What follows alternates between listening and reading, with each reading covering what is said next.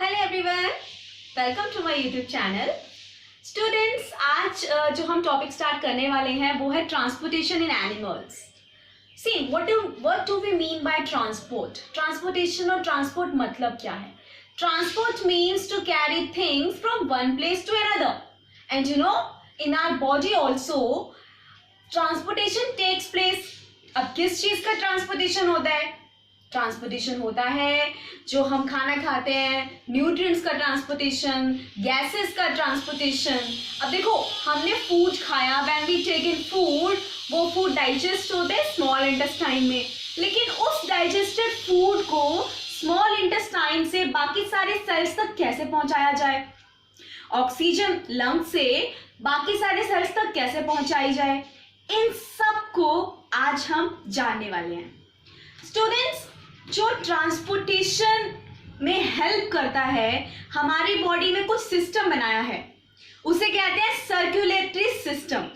Circulatory system is responsible for transportation in human beings. अब इस circulatory system के तीन हीरोज हैं, blood vessels and heart. Yes, circulatory system is made up of three main parts. What are these? blood vessels and heart. blood vessels and heart के बारे में मैं already videos upload कर चुकी हूँ, बहुत ही अच्छी और इजीएस्ट वे में बनाई है मैंने। अब हम पढ़ेंगे ब्लड के बारे में। स्टूडेंट्स, ब्लड बहुत इंपॉर्टेंट है बिकॉज वो पूरी बॉडी में ट्रेवल करता है, पूरी बॉडी में सर्कुलेट करता रहता है, वो कैरी करता है आपके सारे न्यूट्रिएंट्स को और गैसेस को, और वो बाकी जगह तक पहुंचा देता है। पिछली वीडियो में बताया था, तो you can think blood as a delivery boy, कि वो जाता है, सामान पहुंचाता है, वहां से सामान लेता है और वापस आ जाता है। स्टूडेंट्स, ब्लड को हम कनेक्टिव टिश्यू भी कहते हैं। Blood is known as connective tissue because it is connecting. पहले सपोज आपकी लंग से it is going to cells, then cell से it is going to your lungs, then small intestine से other part of the body, so basically it is connecting. So this is also known as connective tissue, and this comes in exam that which of the following is a connective tissue? Blood is a connective tissue. देखो, blood जो है, blood के basically 4 parts आते हैं: plasma, red blood cells, white blood sales and platelets. आपको पता है blood एक लिक्विड होता है. Blood is a liquid form. That liquid is plasma. That liquid is known as plasma. And plasma, what is plasma? Plasma is made up of 90% water. 90% water होता है, और उसके अंदर कुछ प्रोटीन्स आ जाते हैं आपके, कुछ हार्मोन्स हो जाते हैं, कुछ डाइजेस्टेड फूड और वेस्ट प्रोडक्ट्स. ये सब जब मिलते हैं तो हम उन्हें प्लाज्मा कहते हैं. Plasma is colorless liquid. So students, what is plasma? Plasma is a colorless liquid made up of 90% water, some of the proteins, digested food, hormones and products. I hope plasma is clear to you guys.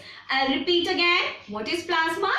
Plasma is a colorless liquid made up of water and hormones, proteins, salt and your waste products. This is plasma. Now the question is, मैंने बोला plasma colourless है, लेकिन हमारा blood तो red colour का होता है, तो ये क्या चक्कर क्या है? देखो, जब प्लाज्मा के अंदर हीमोग्लोबिन आता है, that hemoglobin gives red color to the blood. Yes, आप देखो टेस्ट करवाते हैं, आपके घर में किसी ने टेस्ट करवाया होगा हीमोग्लोबिन का, तो डॉक्टर कहता है कि हीमोग्लोबिन बड़ा कम है, आप जरा आयरन लेना शुरू कर दो. तो पहली बात मैंने आपको बताई कि ब्लड का जो कलर रेड होता है, that is because of haemoglobin. The red colour of blood is because of haemoglobin. अब डॉक्टर कहता है कि भैया हीमोग्लोबिन बहुत कम है, टेंशन की बात है, आयरन लेना शुरू कर दो. भाई क्यों? रेड कलर नहीं है तो क्या हो गया, कोई और कलर हो जाएगा, कोई फर्क थोड़ी पड़ रहा है. हीमोग्लोबिन का एक बहुत इंपॉर्टेंट फंक्शन है कि वो ऑक्सीजन को कैरी करता है. Haemoglobin carry oxygen. आपके लंग्स में से ऑक्सीजन को अपने ऊपर कैरी करके बाकी सेल्स तक कौन पहुंचाता है? हीमोग्लोबिन पहुंचाता है। ठीक है, तो हीमोग्लोबिन ने क्या किया? Let us take an example. आपके लंग्स के पास आया, लंग्स ने ऑक्सीजन दिया हीमोग्लोबिन को, हीमोग्लोबिन ने ऑक्सीजन को लिया और वो सेल के पास पहुंच गया। सेल को दिया ऑक्सीजन और सेल ने उसको रिटर्न करा कार्बन डाइऑक्साइड, और वो कार्बन डाइऑक्साइड लेके किसके पास आ गया? लंग्स के पास आ गया।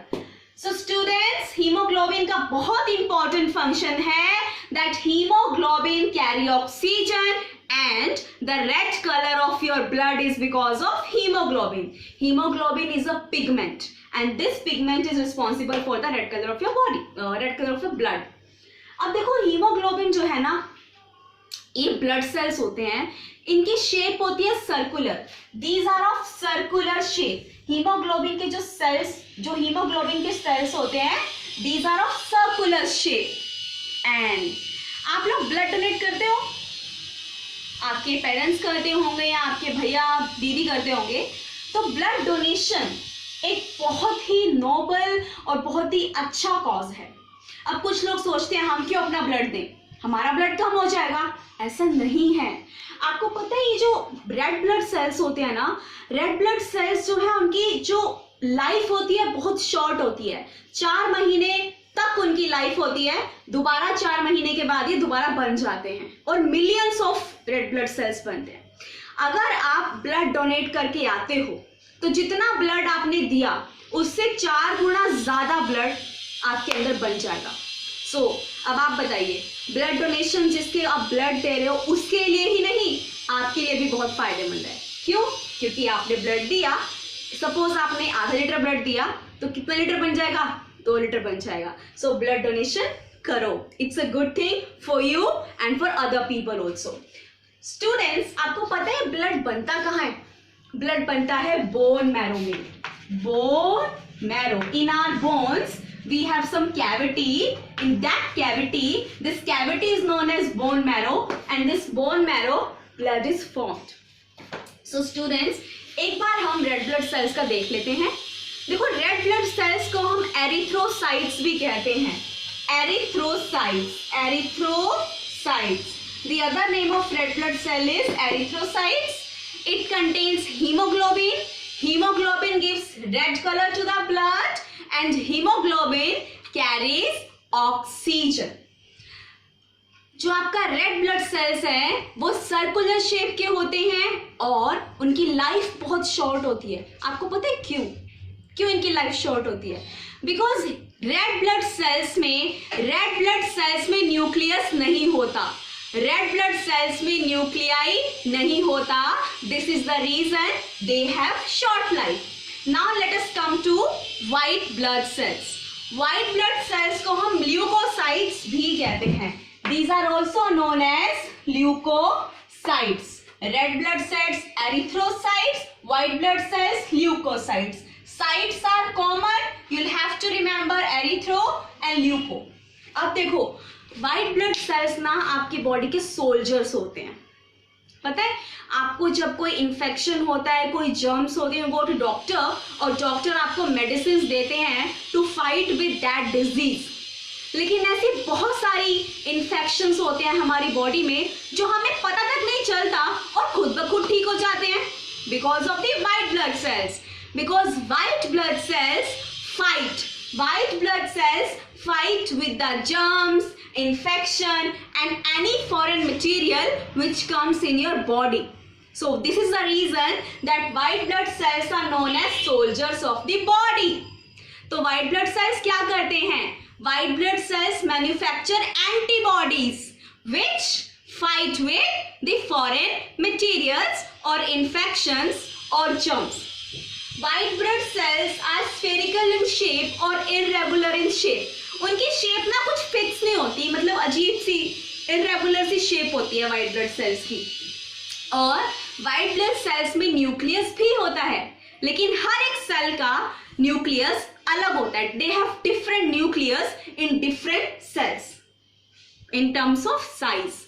So this is about white blood cells, leukocytes. White blood cells are known as the soldiers of your body because they fight against germs and infections. Now let us come to platelets. Platelets are also known as thrombocytes. थोड़े से technical नाम है, but एक बार आप पढ़ोगे तो याद हो जाएगा. Erythrocytes, leukocytes and thrombocytes. देखो प्लेटलेट्स क्या करते हैं, जब आपको चोट लगती है, when you have a wound on your body, तो कुछ टाइम बाद अपने आप ही खून आना बंद हो जाता है, खून अपने आप ही रुक जाता है because of the platelets. If you have good number of platelets on your body, क्या होगा, आपको चोट लगेगी, अपने आप ही वो जल्दी हील हो जाएगी, जो आपका ब्लड आएगा वो रुक जाएगा आना because of the platelets. Because platelets help in the coagulation of blood. वो ब्लड को रोकता है, वो ब्लड को जमाता है. तो तभी तो जब डेंगू होता है, डेंगू में क्या होता है, प्लेटलेट्स कम हो जाते हैं. अगर प्लेटलेट्स कम होंगे तो क्या होगा, आपके अगर कोई कट लग जाएगा या कोई चोट लग जाएगी तो खून आता ही रहेगा, वो बंद नहीं हो सकता चाहे कुछ भी कर लो. And if you have good amount of platelets, तो फिर आपका जो ब्लड है वो इजीली रुक जाएगा. सो बेसिकली जो मेन फंक्शन, जो one of the function of platelets है वो है it helps in coagulation of blood. So this is about our blood. Let us summarise it quickly. Plasma is the liquid part of the blood which contains 90% water and some proteins, hormones, waste products, digested foods, etc. Then we have red blood cells.